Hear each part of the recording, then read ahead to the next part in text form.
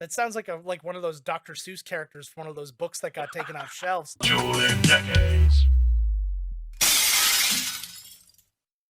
All right, Mr. Ballzak, you pick up the first point. The power is in your hands. You get to select our next category. Sweet. All right. Well, I think I'm gonna go with TV. Alrighty. Let's do TV. And my TV is from I found an article in the Philadelphia Daily News, Friday, August 21st, 1987. And it says future events was a little blurb. Tomorrow, Channel 57 starts broadcasting the new POWW, Powerful Women of Wrestling. Television matches Saturday at 10 a.m. and 5 p.m. Promoter Dave McClain, formerly of the Glow, Gorgeous Ladies of Wrestling, brings the POW team to Veterans Stadium on September 1st with 15 match card. Tickets are $10, $15, and $25, which aren't bad for wrestling tickets. Are available at Ticketron and Teletron. Remember Ticketron, guys? Yep. Jeez. Yeah. So TIXX. yeah. So I'm going to talk a little bit about in '87. David McClain of Glow fame went on to it said back to Indianapolis, assuming he's a native of Indianapolis, and was in Las Vegas doing Glow at the time, and started POW with the help of some talent he brought from Glow. With him, like Natasha the Russian, Brandy May, formerly the Farmer's Daughter, and Essence, aka Envy. POW only lasted a few years, ending in 1990, so 87 to 90. No reasoning, couldn't find anything why that McClain left Glow in 87. He did help create and build Glow as a brand out of Las Vegas. Glow was what I recall at the time one of those late night TV shows that everyone saw. It was past your bedtime, and you would turn on a local channel, and Glow would be there. Dave McClain sitting in his phone booth trying to book the Glow girls. Found in 2019 video interview with him, and he looks exactly the same almost. He might have gained a little bit of weight, but he was quoted as saying women wrestling was just as good or maybe more exciting than male wrestling. He was proud and to bring some cred to the sport, and it was only seen in the 80s back then and associated with oil or mud wrestling with female wrestling. It came a long way since then we got UFC females fighting. In 2000 he founded WOW, which is still going, Women of Wrestling, WOW, and that's based out of Los Angeles. POW TV premiered, founded by David McClain, wrestling promoter David McClain, a promoter of Vince McMahon levels, in my humble opinion, at least for the Women's Revolution, in August of 1987. Wow. Damn. Well, thanks for bringing that up, because I just posted that on our Facebook a couple days ago. Yeah. Mark was like, "Oh, POW, nice find."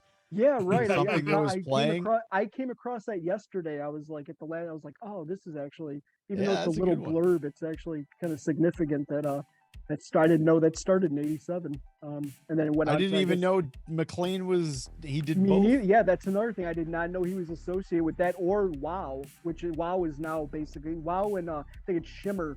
Shimmer is what we had in Chicago here. Yep. That's a big where Tessa Blanchard and all these big names came from. So, yeah. When I hear WOW, I think of Opie and Anthony. It's always going to be Whip 'em Out Wednesday. That's just me. All right, Mancrush, what did you bring for the television round? All right. Well, nothing as good as POW. Let's go to August 3rd of 1977. So surprisingly, I got a show that began in August, which I was pretty shocked by. That said, I was less surprised to learn that this show was a serious piece of shit. And not only did it start in August of 1977, but it also ended in August of 1970 after just 5 episodes. So with that being said, here's a review of the show from Newsday entitled NBC Goes for the Bottom. And here's an abbreviated version of that article. And obviously it's written by somebody who hates Laverne and Shirley. All right. So it says the Calicax on NBC Wednesdays at 9:30 p.m. is an attempt to tap into a hole new audience that has yet to be discovered. The particular audience they're inspired to find, that would be an audience that would find Laverne and Shirley too highbrow to digest. The new NBC summer hit, and then he's saying that he does not mean it. The new NBC summer hit, The Calicax, makes the Beverly Hillbillies seem like a sophisticated comedy written by Woody Allen. It's not only dumb, it is dumb.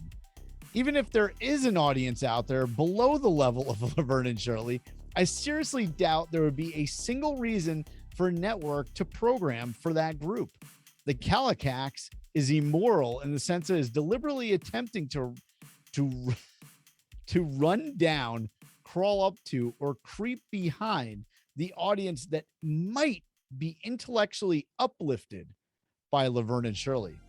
And this is where they get nasty. That's not even nasty. Hanging people in public was once a popular form of entertainment. Not bathing was popular in the 19th century as well. But there are not enough uppers that you can take to justify this show. But if you go that route, I suspect watching the Calicax may be harmful to your mental health. And it should be labeled with a discretionary warning. And that warning should read, and this is all in caps: if you weren't stupid before you saw the show, you will be afterwards. Seriously, if it is true that television affects viewers, as being argued in the case of violent TV shows, then a steady diet of the Calicax should also be in question. The NBC executives who allowed this abomination to come to air are cruel, diabolical men, and no punishment is too extreme. I give you the Calicax from August 3rd, 1977. Jeez, reviewer, tell me what you really think. Yeah. Yeah, I can honestly I've never say even heard of that. Yeah, I've never heard of that. Never heard of it. Wow. So it was released August 3rd, 1977. That article that I found was late August. It was like August 26th or something when he wrote that. So already like 4 episodes were out and he was putting this out. And it just sounds like a total pile of shit. It's very hard to find. I found clips, found no episodes. Totally lost. Yeah. Totally if lost. you go looking for that one, wow. Good luck. Now I'm going to put it on my list now. Need to find it. Just remember the disclaimer. Yeah. All right. So for my television selection, we're going to the night of Saturday, August 8th, 1998. We're heading up to the Black Hills of South Dakota for a little pay-per-view action with WCW NWO Road Wild 1998. Our commentary team for this one is Tony Schiavone, Barnaby Heenan, and the Professor Mike Tenay. This show had a pay-per-view buy rate of 1.30 and featured a concert by Travis Tritt himself following the main event.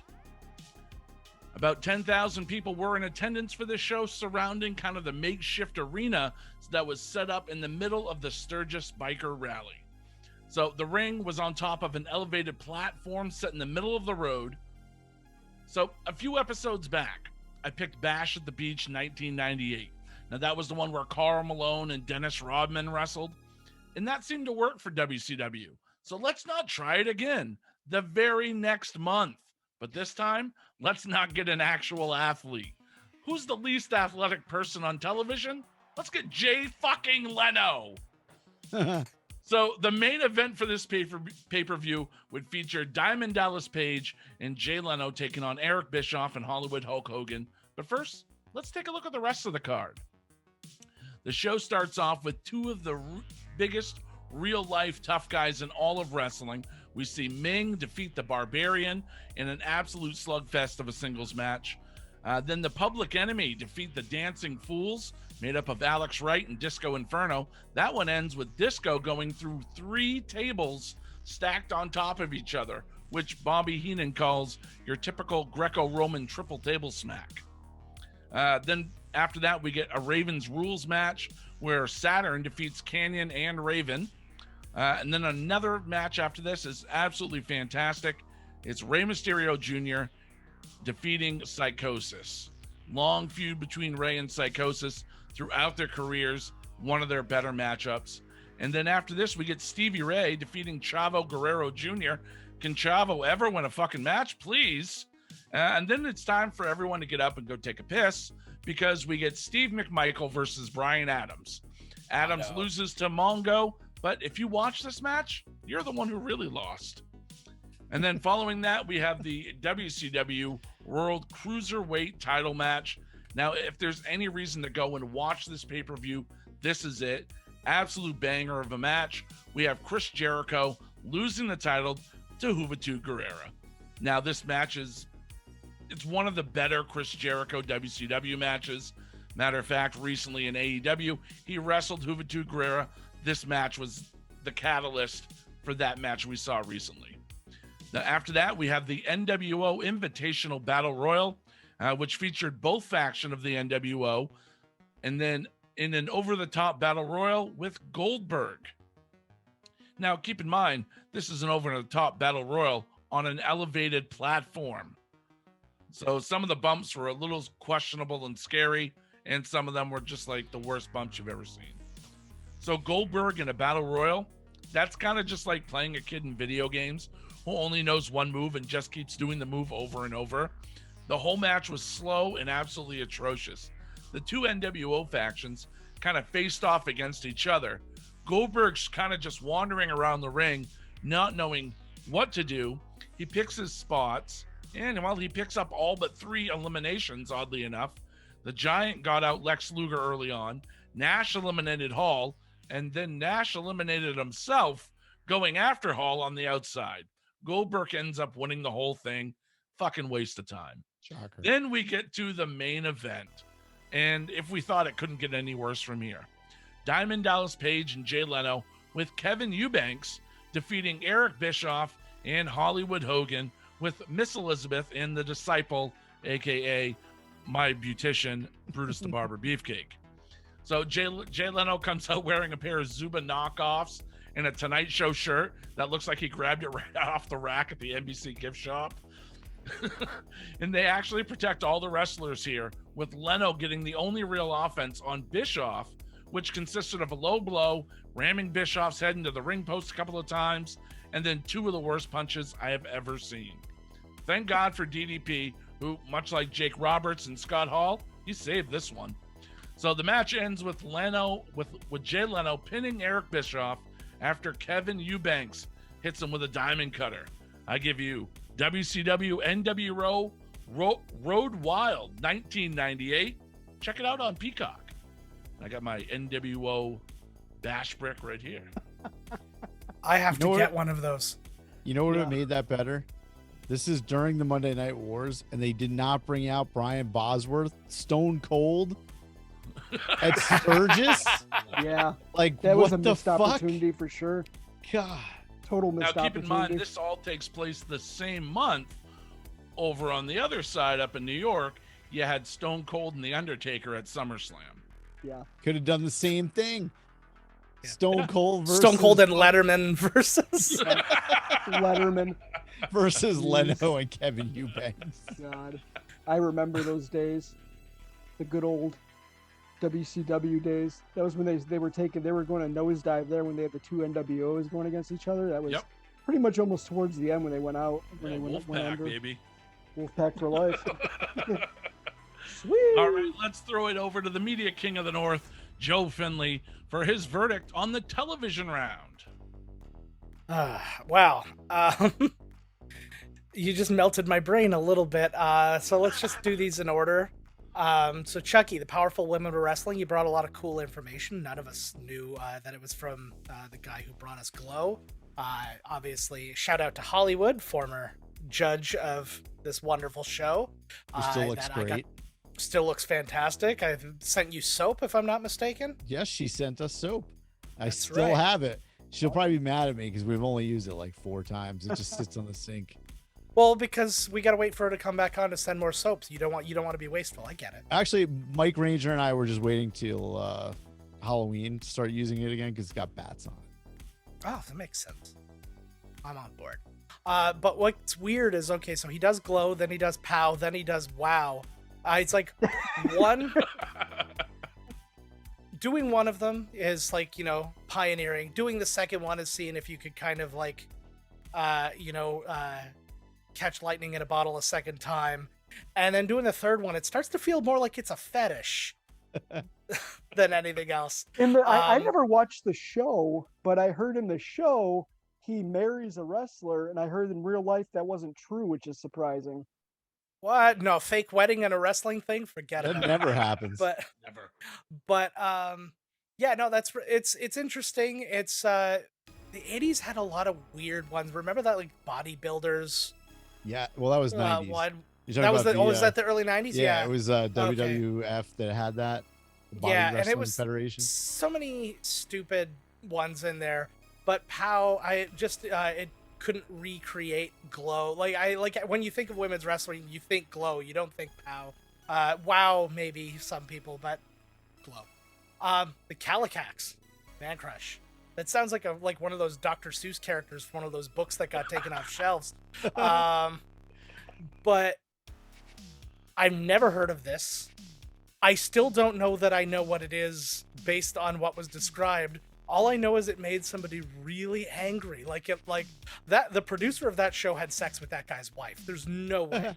It's based off of a book, but it's also kind of a ripoff of the Beverly Hillbillies, but they didn't move to California. It's about like people down in Louisiana or some shit like that, and supposedly they're all dumb, and they just like play Green off Acres that a little whole thing. It's just One they of didn't put those. too much time into it, is what it sounds like. Yeah, that sounds like it goes right into the old dustbin with that one. Remember the one I had with it was just the fat couple being fat, and that's all that the show was. I feel like that would be a good like must-see TV, like 8:30 and 9 o'clock show. Yeah. Wasn't that called like the dumplings or something? It was the dumplings, yes. Yeah. Dumplings and the Calicax, Wednesday nights on NBC. Can't Must miss see it. Thursday. But the only thing that would follow that would be this Road Wild thing, because oh my god, I was the judge on the last one, the Bash at the Beach, and nothing made me angrier as a wrestling fan than WCW during this time, because they legitimately thought that was something they're like, this is gonna tip the scales in our favor. Forget about all that. I think it's because like Leno just tipped the scales in his favor against Letterman for like, it's like Leno's the key. Leno's the ratings key. And they brought him in, and then like the fact that Kevin Eubanks was even there just made me have a mild stroke. I don't know if you saw me in the corner. But again, a good, not great, but a good card. I love me some Meng. He's like the most badass human being. You knew just by watching him. You didn't have to hear any like, shoot stories or anything like that about him. You knew he was a friggin' beast. The Alex Wright and the Disco Inferno, I remember that tag team, and I remember feeling bad for Alex Wright for getting sucked into that. The Saturn Canyon and Raven would have been something I would have loved to watch. Jericho and Hoovy Juice, man, I'd be all over that. But that Jay Leno thing, and just like forget about the Travis Tritt following the main event with a concert. Forget about the fact that That's the whole epic. thing took place at Sturgis. Well, they knew they had 2 matches at the end of that were just complete dog shit. So they didn't want all the crowd to just leave after the Jericho match. So that's why they put Travis Tritt after. If you knew that, though, why would you have that fucking match? I mean, think about this. Think about this right here. Conan took over for Leno, and Conan got canceled. Why? Because the old ass people that were watching Leno didn't watch Conan. Right. Yeah. So what old ass people were gonna watch WCW at Sturgis? They were already at Sturgis. They were already there on their bikes. They had nothing better Yeah. to do. Oh, Yeah, what there's- a terrible idea. It was brutal. It's not a wonder that they tanked in 2000. Seriously. But because of, absolutely. But because of that insanity and that mix of good and bad, I gotta give Mark the points for this one because, right. geez, like, sorry. But if you watch the Calicax, make sure you read the disclaimer. Sounds like the next virus or something. The Calicac, got the Calicac. 2022, Yeah, you the might get a Calicac. Calicac. Everyone's gonna catch the Calicac. Calicac 19. Yeah. Is there a vaccine against Calicax? Yeah, don't watch. Yeah, I it. think it was just poor quality. I was gonna say they haven't. It's called perfected- it's they called haven't perfected it abstinence. yet.